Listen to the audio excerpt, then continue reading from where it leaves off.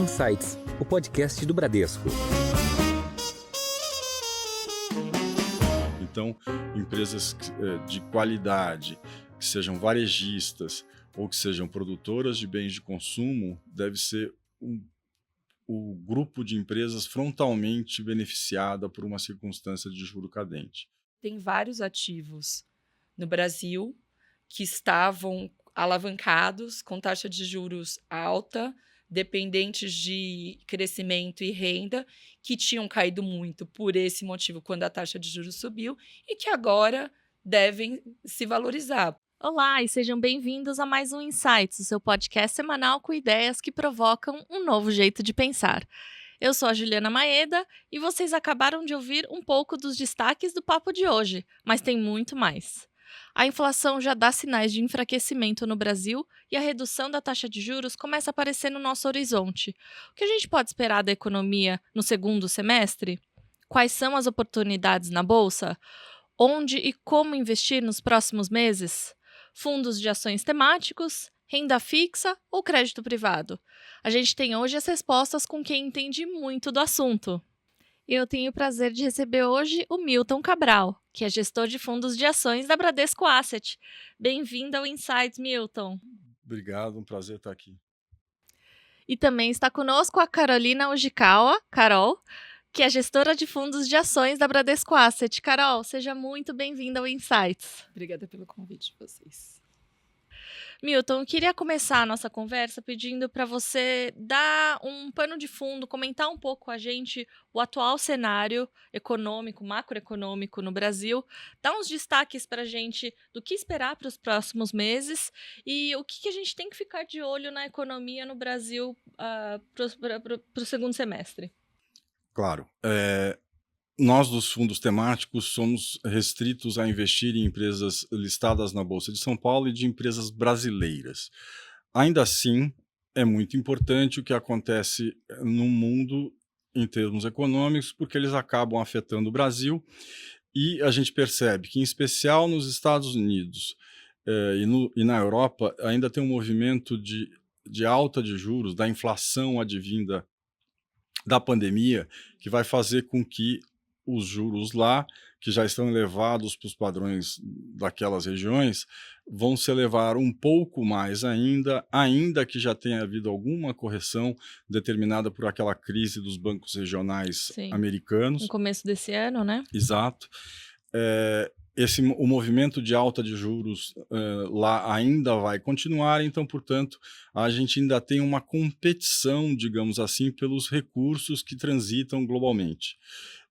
De todo modo, o Brasil, ele, como foi o primeiro a perceber que haveria uma pressão inflacionária advinda da pandemia, ele foi um dos primeiros países a aumentar a taxa de juros.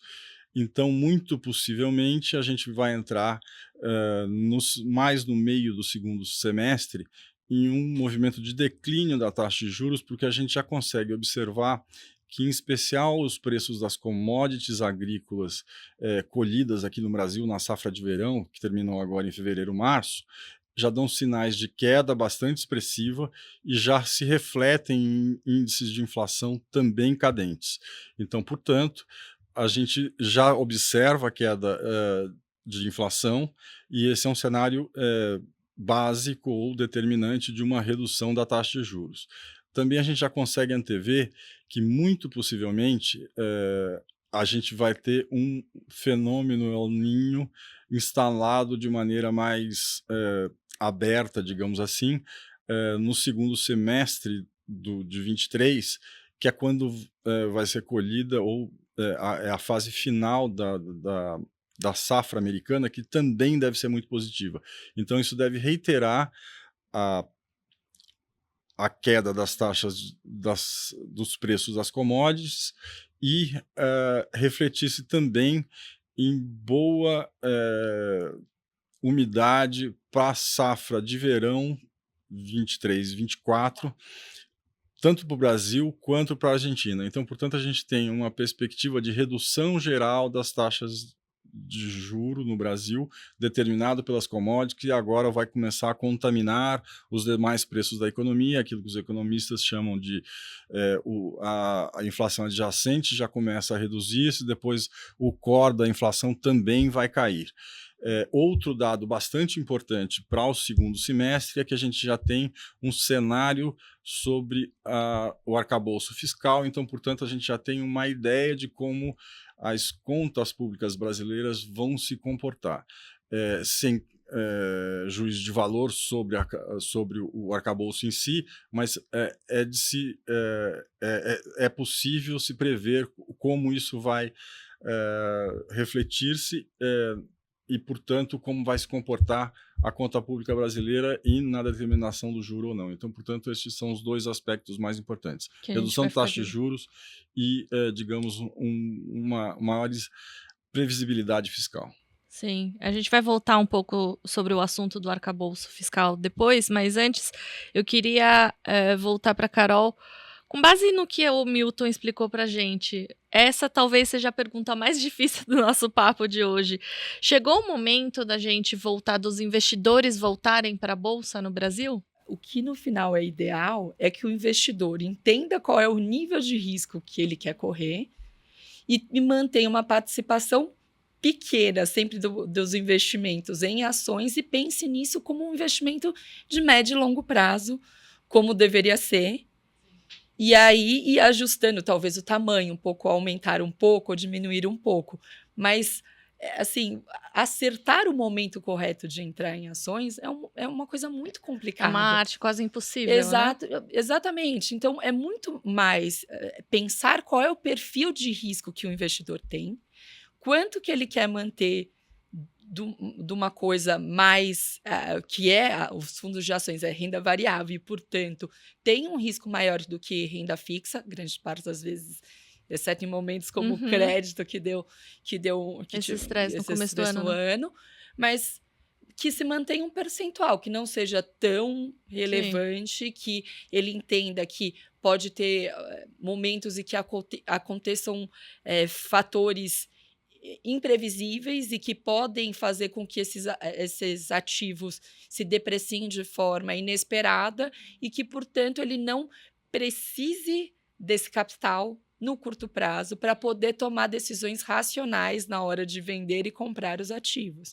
Dito isso, tem vários ativos no Brasil que estavam alavancados com taxa de juros alta, dependentes de crescimento e renda, que tinham caído muito por esse motivo quando a taxa de juros subiu e que agora devem se valorizar, portanto, vão se beneficiar. Então, sim, parece que as perspectivas são positivas para a Bolsa. Mas, de novo, acertar o momento exato é muito difícil, sempre pensando que na composição, né? de uma carteira. Né? Sim, eu acho que a gente sempre conversa aqui sobre isso, da importância da diversificação. Em vários outros podcasts a gente sempre fala isso, que é sempre aquela máxima, né, de nunca colocar os ovos em uma cesta só.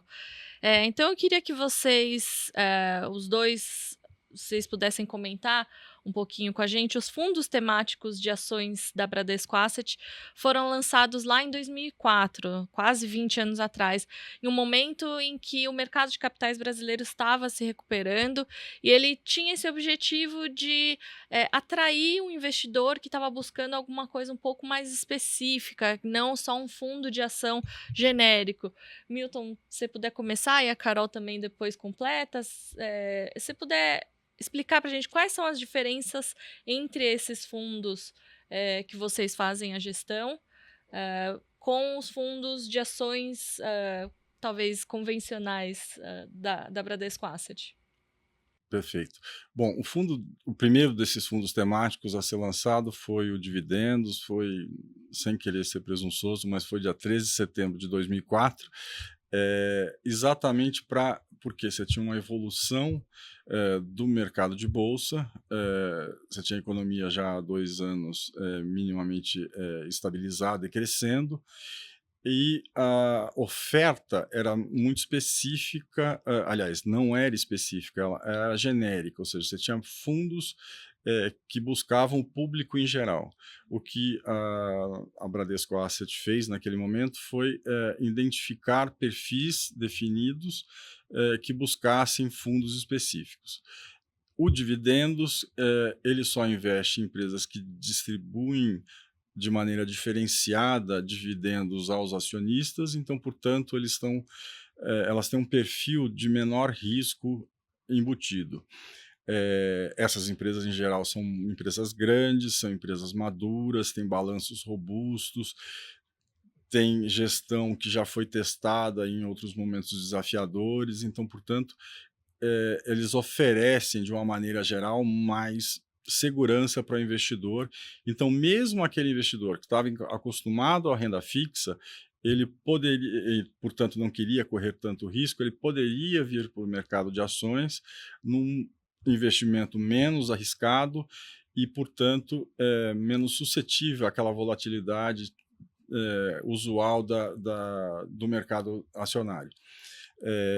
Esse fundo, ele já tem 18 anos e 8 meses, para ser mais determinado, ele teve uma rentabilidade bastante expressiva, ele já, hoje, no acumulado, ele já passa dos 1.000% e mais que o dobro da Bolsa. Então, portanto, ele é um fundo ativo que gera valor em relação à Bolsa, ou seja, ele gera retorno, gera ganho em relação à Bolsa e faz com que, e ao mesmo tempo oferece ao investidor um risco menor do que aquele convencional de Bolsa, o usual de Bolsa.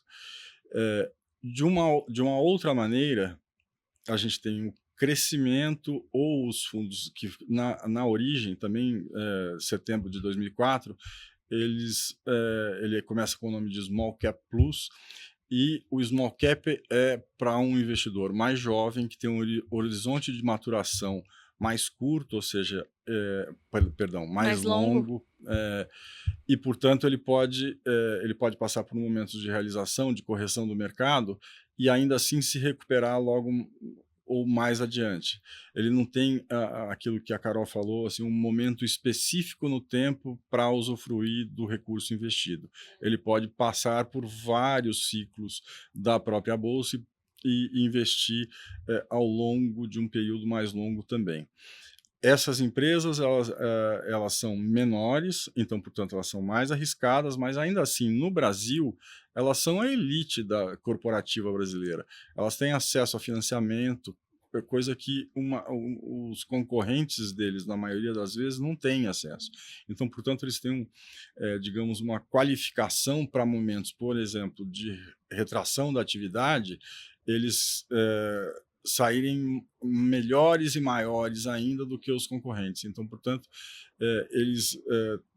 o fundo também é capaz de gerar ganho em relação ao Bovespa. Esse fundo, como a gente tem há 2 anos, essa alta da taxa de juros fez com que a rentabilidade do investimento usual dele, que não investe nas 10 maiores, tenha sido corrigido exatamente pelo preço do dinheiro da economia como um todo, que ficou muito maior, e ele teve uma rentabilidade acumulada nesses 18 anos de 850%, que também é um retorno bastante diferente e superior ao do Bovespa. Em 2013, a gente reparte essa estratégia em duas, uma para empresas médias, que a gente chama de crescimento, que ainda assim tem empresas menores ou pequenas, e no jargão do mercado, são as empresas de mid-small, e um segundo fundo que manteve o nome small, chamado de small, claro, e que investe em empresas ainda menores. E neste caso, ainda assim, incorre-se em mais risco, porque elas têm, digamos, um porte menor do que as empresas do fundo de mid-small, mas elas, quando a gente consegue identificar um investimento que seja de retorno expressivo, a rentabilidade é muito alta. maior do que os outros investimentos convencionais. Só lembrando que a gente começa com um fundo de menor risco, de empresas muito grandes, e vai até empresas menores, pequenas, e que têm um risco maior e podem ter um retorno bastante mais expressivo. Por isso que a gente chama de temáticos, né? Porque se você puder comentar, Carol, um pouco da diferença desses fundos, dos fundos temáticos da Bradesco Asset, os 3, que o Milton comentou agora, com os fundos de ações da Bradesco Asset. Vamos lá. Os fundos de ações tem vários tipos de fundos de ações dentro do Bradesco Asset, né? Mas acho que os mais tradicionais que a indústria vê, né, que é mais comum na indústria, são os long onlys, que basicamente tem um benchmark Ibovespa, né, então a meta dele é bater o Ibovespa, e que tem ações mais tradicionais, entre 70 e 80 ações, e você tem que bater isso aí. Então, tem os long onlys tradicionais que fazem isso. Depois a gente tem os long bias, que podem fazer algum nível são ou alavancagem para ficar duplamente, triplamente, quadruplamente expostos, ou que podem fazer shorts e ficar vendidos. E que normalmente tem como benchmark ou CDI ou IPCA+. E aí depois tem ainda os long and shorts, que são os fundos que fazem vendidos e comprados, que tem os neutros e que tem os que não ficam neutros, que podem ficar direcionalmente vendidos ou comprados. Qual que é a diferença dos temáticos, né? Eu acho que os temáticos, eles conseguem talvez você consegue encaixar mais dentro dos perfis de investimento, né? Então, vamos lá, né? O Milton acho que falou um pouco dos dividendos, small caps e o crescimento, mid-small.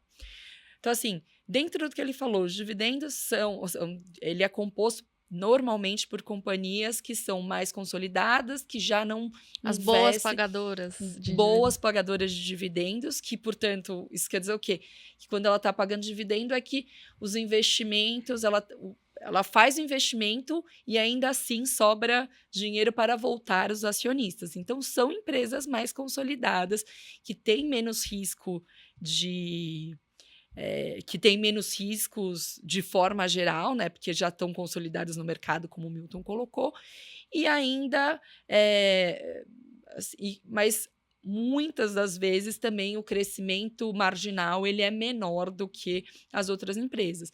Então, assim, o retorno esperado para essas companhias é um retorno talvez menor, pouco mais baixo, mas com um risco muito menor. Assim. Então, de repente, para um perfil de investidor mais conservador, talvez esse seja o melhor fundo para ele carregar, porque ele vai ter menos riscos, ele vai ter, são empresas mais estabelecidas. Né? Aí depois a gente tem o mid-small, que talvez esteja lá no meio do caminho, que basicamente ele não pode investir nas 10 primeiras empresas. As maiores empresas da Bolsa. Então,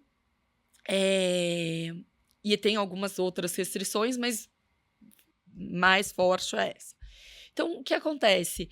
Você acaba pegando empresas, né, um universo de empresas que tem mais exposição à economia doméstica, que estão com maior potencial de crescimento, que ainda têm investimentos a serem feitos, que ainda não estão tão consolidadas quanto essas maiores, e que talvez também tenham uma consolidação a ser feita no mercado. Só que isso pode ou não dar gerar certo. Um retorno. Então, ela tem um potencial muito maior de crescimento, mas também com maior risco. Além de, normalmente, estarem talvez mais expostas ao mercado doméstico, né? Porque quando a gente fala nas maiores aqui no Brasil, a gente está falando dos bancos, da Petrobras e da Vale, que são empresas que talvez tenham, tirando os bancos, obviamente, mas que estão muito consolidados, A Petro e a Vale são mercados, são expostos muito aos preços das commodities globais, né? Então, que tem uma exposição maior, talvez, à economia global e não ao mercado doméstico. Quando a gente pensa já nessa mid-small, ela tem uma exposição maior aí ao mercado doméstico, exceto algumas exportadoras, obviamente, mas de forma geral, então também com maior potencial de crescimento, mas dado que estão expostas mais ao mercado doméstico, também mais suscetíveis às políticas, Aos eventos eventos políticos no Brasil. no Brasil. Uhum. Então, sempre tem mais risco. E o small caps, numa proporção ainda maior, são empresas que têm muito potencial de crescimento, porque elas são muito menores do que essas que compõem o Ibovespa. De forma geral, elas não estão no Ibovespa e, portanto, têm muito potencial de crescimento. Mas, como elas estão ainda não estão tão estabelecidas, elas ainda têm muito trabalho a ser feito. Então, só para os nossos ouvintes aqui, eu vou abrir um parênteses para explicar o que são os long and shorts, long only, long biased. Então, a gente tem essas 3 categorias de fundos de ações, né? Que os long only são os que estão apenas comprados, que o long é da expressão em inglês estar comprado, que você está apostando na alta dessa ação. O long bias, que acho que está no meio do caminho entre os dois, que ele tem um viés de estar mais comprado do que vendido, ou estar apostando na queda. Quando você está vendido, você quer que a ação caia. E os long and shorts, que podem estar um pouco mais comprados ou um pouco mais vendidos, dependendo da análise do gestor, né? Milton, então, eu queria entrar um pouco mais nos setores que vocês estão vendo de oportunidades. O que você queria, que você poderia dividir aqui com a gente, que você pode destacar, que vocês têm olhado com mais cuidado na Bolsa? O grande setor, né, na verdade, ele é composto de vários setores, é o grupo de cíclicos domésticos, ou seja, são as empresas, basicamente aquelas varejistas e ou produtoras de bens de consumo que estão vinculadas ao cíclico da economia brasileira. E, então, portanto, elas estão expostas à inflação, aos juros, ao emprego, à atividade da economia local. Se a gente estiver entrando, de fato, num período de redução de taxa de juros, elas são claramente empresas vencedoras nessa circunstância. Então, empresas de qualidade, que sejam varejistas ou que sejam produtoras de bens de consumo, deve ser o grupo de empresas frontalmente beneficiada por uma circunstância de juro cadente. Porque o juro caindo, os consumidores conseguem consumir mais ao tomar crédito mais barato, né? Seria mais ou menos Exatamente. esse o racional. Além do que, as empresas podem se financiar a um custo mais baixo. Uhum. E vão ter um lucro maior porque o juro incidente sobre a dívida vai ser menor e a despesa financeira será menor e o lucro será maior. E o lucro é o determinante por consequência do preço da ação em bolsa. Então, essa circunstância é bastante favorável. Um outro grupo, o mercado de capitais não tem criatividade e, por isso, continua usando um nome bastante complicado, que é Bond Proxy, que, na verdade, são as empresas prestadoras de serviços públicos. São as empresas de eletricidade, são as empresas de saneamento, as empresas de pedágio em estrada. Por quê? Porque essas empresas elas já fizeram investimento e, se o custo de dinheiro diminuir, o juro diminuir, elas vão ter menor despesa financeira, maior lucro e, portanto, expostas a uma valorização de mercado superior ao próprio mercado. Então, colocando de maneira resumida, os dois grandes setores que vão se beneficiar por uma circunstância de juro menor é o dos cíclicos domésticos e das bond proxies. Só para também dar uma outra explicação, acho que os bond proxies, que também do inglês vem de aproximados a títulos de renda fixa, né? Acho que seria legal se pudesse explicar por que essas empresas de serviços públicos são consideradas como quase um título de renda fixa. Exato, porque elas têm uma receita regulada, né? Elas já sabem antes quanto vão ter de receita por prestar aquele serviço em determinado período de tempo. Que tem sempre um contrato por trás, né? Elas são... tem gente que as chama de reguladas, o que é um nome bom também, melhor do que bond proxies. Então, elas, digamos assim, elas já sabem o que vão receber pela prestação de serviço.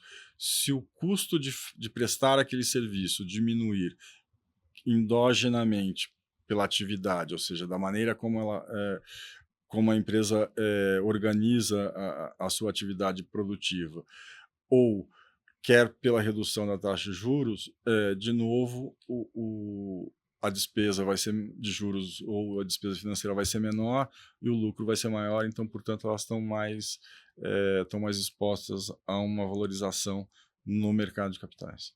Ótimo.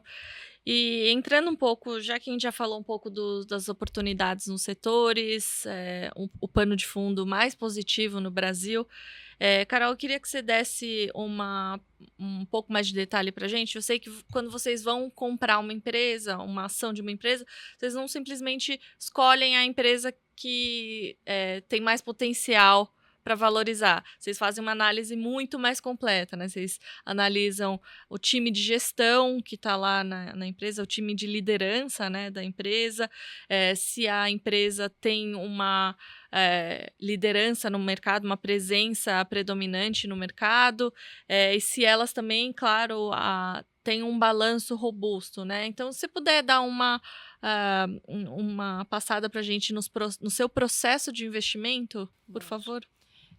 Os nossos fundos, os fundos temáticos, de forma geral, eles têm um viés... De forma geral, não. Eles são mesmo. Tem um viés bastante fundamentalista. E o que é isso? A gente tenta escolher, né? Lembrando que uma ação é uma participação dentro de uma companhia, a gente tenta obter o maior número de informações dessa companhia para tentar colocar no modelo, né, que tem toda uma modelagem a ser feita para colocar com os balanços da companhia, colocar as perspectivas que essa companhia tem, quanto que ela vai gerar, como o Milton estava falando, quanto ela vai gerar de receita, quanto ela vai gerar qual é o custo que ela tem, qual é a despesa que ela tem, quais são os riscos que ela tem. Então, para cada ação, a gente faz uma análise desse tipo. O que aqui dentro do Bradesco a gente tem, né, no Bradesco Asset? A gente tem uma equipe de 7 analistas dividido por setores. Então, alguns setores aí, o Milton falou aí das utilidades públicas, que são essas empresas prestadoras de serviços públicos. Aí a gente tem um analista que olha as commodities, que tem petróleo, mineração, siderurgia, as empresas de agribusiness. Tem um outro analista que olha ali para varejo, tem um outro analista que olha para supermercados, tem um outro que olha para bancos. Então, assim, a gente tem uma divisão setorial para cada analista ser muito especialista naquilo que ele está olhando. Sim. Então, a gente tem essa equipe de análise que olha bem profundamente cada empresa e, para isso, eles vão visitar a empresa, falam com os gestores da companhia, como você colocou, falam com competidores dessas companhias, falam com prestadores de serviços dessas companhias para entender se tudo que a empresa está prometendo é viável ou não, é crível ou não. E aí, para colocar dentro do modelo de fluxo de caixa deles e colocar se quanto que é o valor da companhia justo. Dentro desse modelo também, normalmente, a gente chama de modelo de fluxo de caixa descontado, que é o uso do balanço, a gente tem que considerar as variáveis macro, que, como a gente começou falando, a taxa de juros caindo afeta ou não as companhias, porque eles pegam empréstimos para crescer Claro. e coisa do tipo. Então, a gente precisa de todas as informações. Para isso, o Bradesco conta com uma equipe, o Bradesco Asset conta com uma equipe de economia, que eu acho que eles já tiveram várias vezes aqui no Insights, que faz toda essa análise e a gente usa as informações das perspectivas que eles têm para colocar dentro desse modelo. Então, tem isso.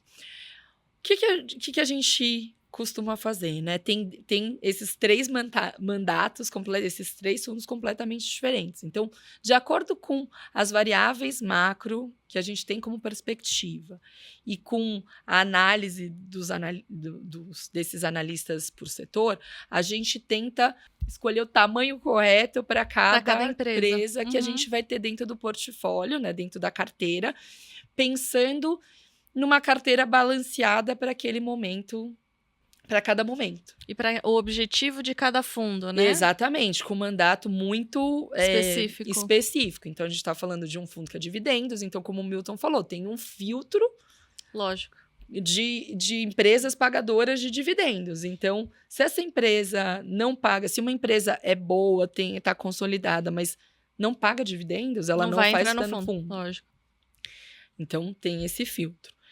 Mas essa empresa é muito boa, tem crescimento e a gente, então, vamos colocar no mid-small. Puxa, mas não tem liquidez para ir para o mid-small. Significa que a ação dela não é tão negociada, não tem quem compre na hora de você vender ou se você quiser comprar também não tem quem venda, né? Às vezes uma empresa é muito pequena ou tem um dono, né, da companhia que tem uma participação muito grande e sobra poucas ações para o mercado, e aí você não tem uma possibilidade de comprar em um volume muito grande. Sim. Então, ele não cabe dentro de um fundo mid-small, mas de repente ele pode caber num fundo small caps, de empresas menores, numa participação menor.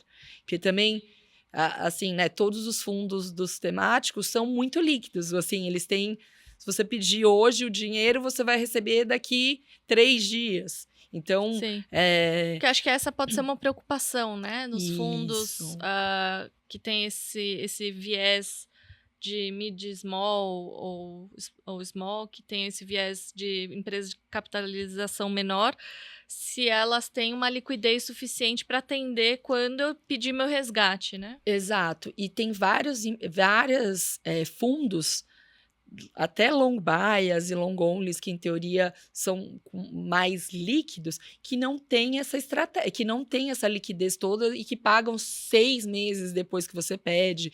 Então, o que você pede o resgate.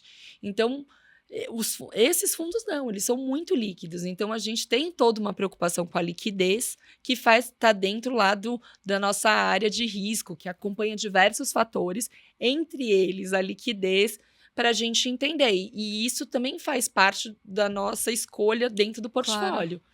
Para entender dentro de cada mandato e cada papel se tem a liquidez necessária, se ele está cumprindo com as características que cada fundo deve ter. E no tamanho que isso. Então, de repente, tem um papel que a gente queria, uma ação que a gente queria muito ter, mas não tem a liquidez necessária para ter uma participação muito grande. Não vou conseguir ter 10% do fundo nessa empresa. Tá bom, será que dá para ter 2% dentro do fundo? Porque aí a gente consegue controlar melhor? Então tá bom, então vamos ter uma participação menor. Então, tem todo um processo de investimento e aqui dentro, né, tendo uma instituição grande como o Bradesco, tem toda uma área dentro disso, que tem uma área de trading, que é uma área de trade, né? As pessoas, quando a gente olha os filmes, as pessoas assistem os filmes, aquelas pessoas que estão comprando e gritando no telefone, coisas do tipo, de forma geral, são os traders.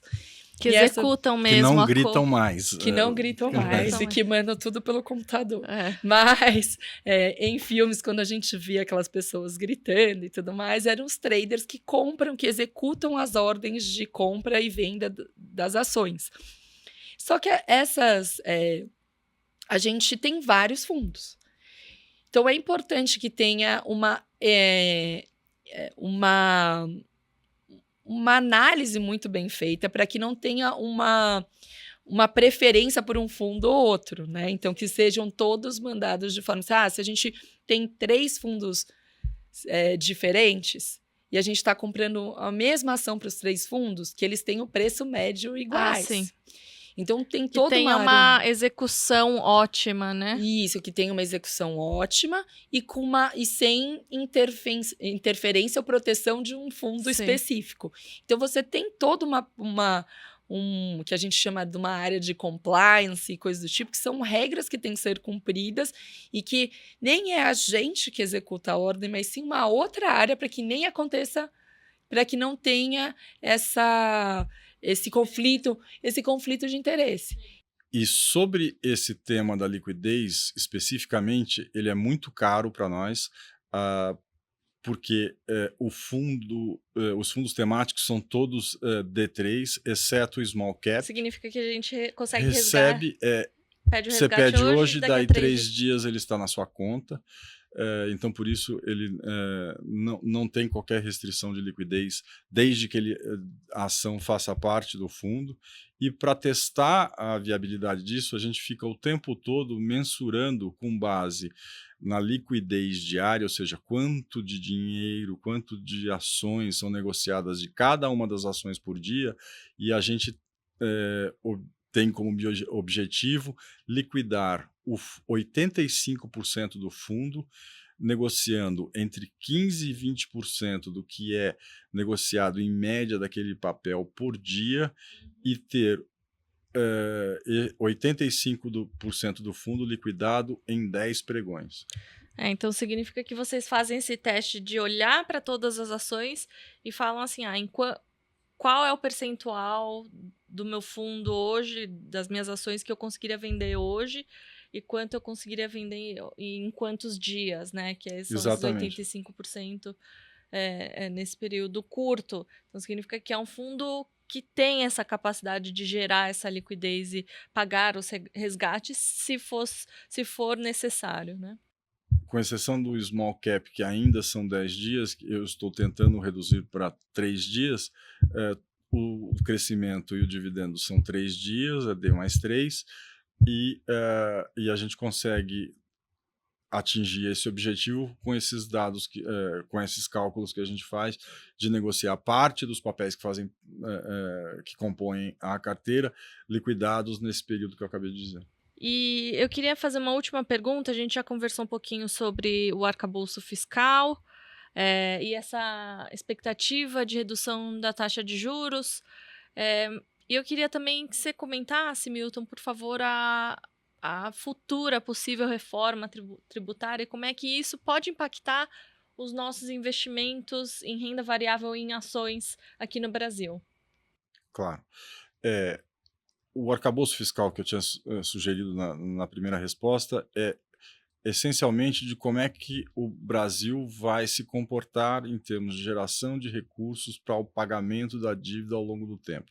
Isso traz previsibilidade para o, digamos, de quem investe no Brasil, de quem empresta dinheiro para o Brasil, porque ele vai ter, de alguma maneira, a perspectiva de como ele vai ter o capital retornado, de como ele vai receber o pagamento de volta. E isso, em geral, reduz a taxa de risco que o investidor exige para investir naquele país, e se estabelecesse um arcabouço que seja do agrado da comunidade de investidores, muito possivelmente ele também vai funcionar como um instrumento de redução da taxa de juros.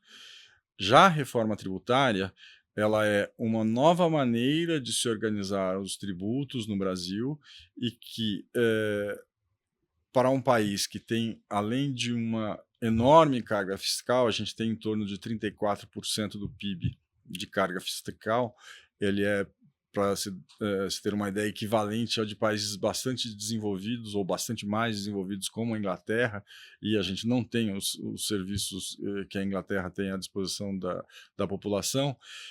Ele vai continuar ainda elevado, mas ele vai ser de muito menor complexidade, ele vai exigir muitos recursos a menos para ser elaborado, então, portanto, ele vai liberar recurso para o crescimento do país. Essa, digamos, maior eficiência deve ser de aproximadamente, eu acho esse número bastante destacado, para dizer o mínimo, mas ele é em torno de 15% do PIB em 10 anos, ou seja, é uma evolução bastante grande que vai acontecer ao longo de um tempo, ou seja, não vai acontecer de uma vez só, mas vai ser uma mudança de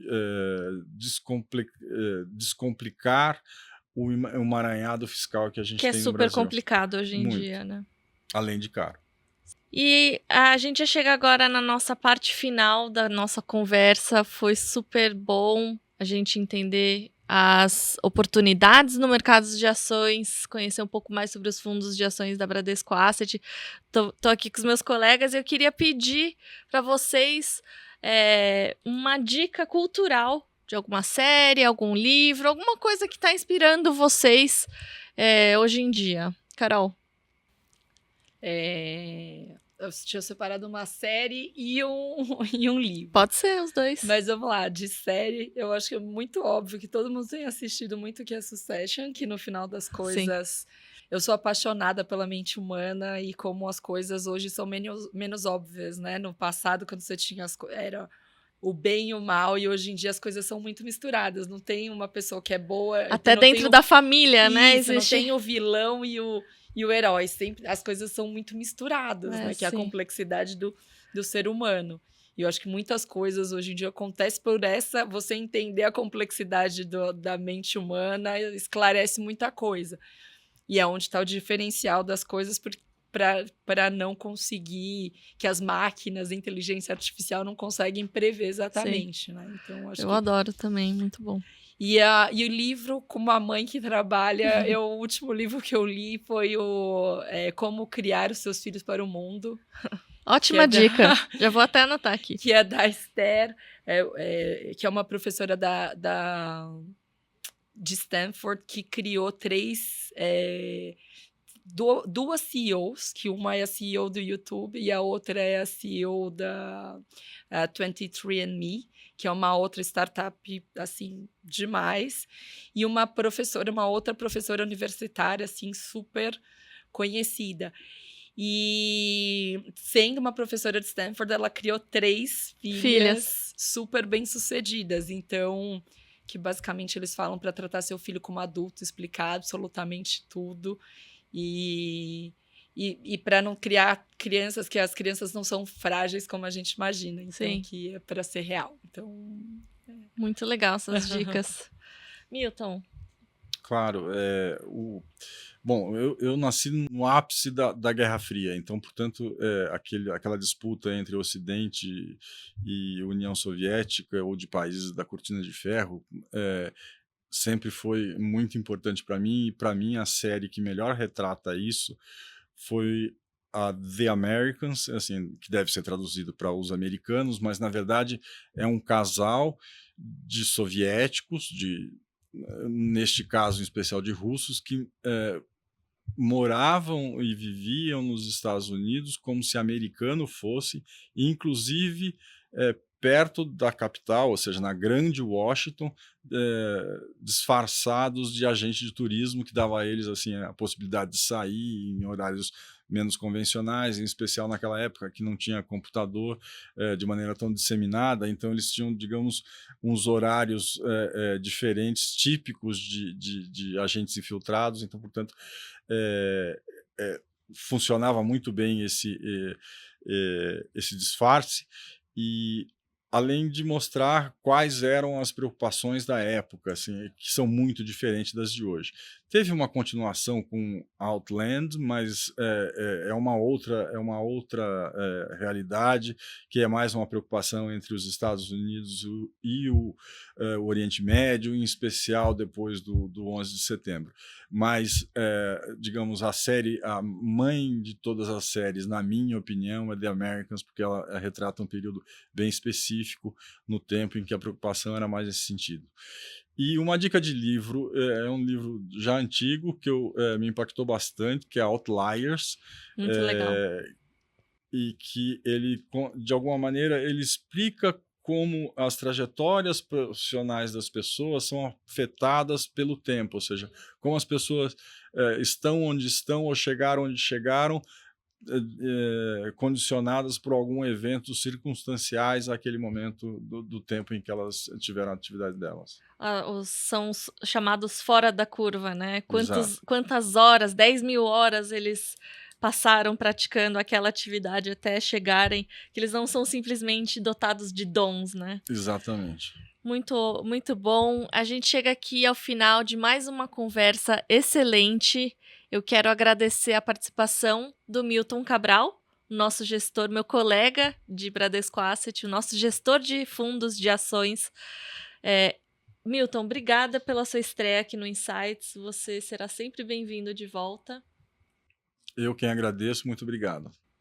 E também eu quero agradecer a Carol, também minha colega de Bradesco Asset, Carol Ujikawa, que também é gestora dos fundos de ações da Bradesco Asset. Carol, obrigada pela sua participação. Obrigada a você. E você que nos acompanha já sabe, tem Insights novo toda semana nas principais plataformas de áudio, no YouTube e no Instagram. Segue a gente lá no perfil podcast.insights. Você vai ficar por dentro das gravações, dos bastidores e muito mais. Tchau, até a próxima!